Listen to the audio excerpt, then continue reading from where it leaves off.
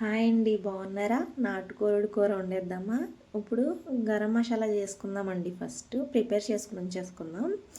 ఆ, ఇలా గరం మసాలా అంటే దాల్చిన చెక్క, లవంగాలు, యాలకులు, ధనియాలు, జీలకర్ర, ఇది గరం మసాలా కింద ఆడపెట్టేసుకొని కొంచెం వేసుకుంటే ఇంకా మనం బిర్యానీ ఆకు కూడా వేసుకుంటారండి కొంతమంది, ఏమో మేము వేసుకోము.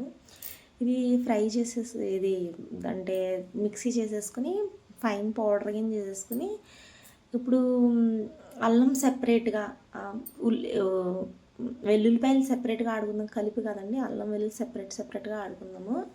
ఆడుకున్నాక ఇప్పుడు ఉల్లిపాయలు మగ్గబెడుతున్నామండి. మగ్గబెడుతుంటే చిన్న ఇంతలో ఇంట్లో కోడేనండి, నేను వచ్చానని వేసేసారనమాట. ఇలా క్లీన్ చేయించి కాల్చి తెప్పించారు, కట్ చేయించి.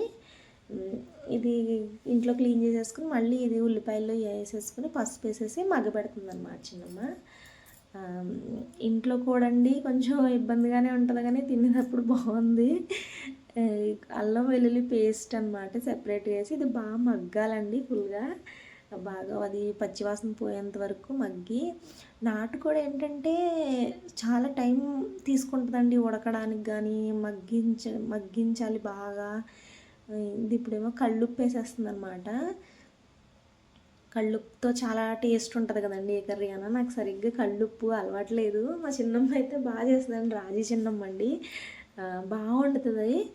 ఇప్పుడు దానికి ఉప్పు, కారం, పసుపు అన్నీ వేసేసుకుంది కదండి. అల్లం వెల్లుల్లి పేస్ట్ కూడా బాగా మగ్గిపోయింది. ఇప్పుడు వాటర్ వేసేసి కొంచెం వాటర్ ఉడికేంత వరకు కొంచెం సేపు మూత పెట్టేసింది అనమాట. మూత పెట్టేసి కొంచెంసేపు మగ్గాక ఇది ఒక అంటే మగ్గుతుందండి, ఒక పక్కన మగ్గుతుంది. కానీ దీనికి చాలా ఎక్కువ విజిల్స్ పెట్టాలి. నాకు తెలిసి ఒక 10, 12, 13 అలా పెట్టాలి. ఇప్పుడు ఇందాక ఆడిపెట్టుకున్నాం ఫస్ట్లో గరం మసాలా కూడా సరిపడా వేయాలన్నమాట. వేసేసి అంతే కుక్కర్ పెట్టేసిందండి. పెట్టేసాక రెడీ, నాటుకోడి కూర రెడీ అయిపోయిందండి. చాలా బాగుంది, సూపర్.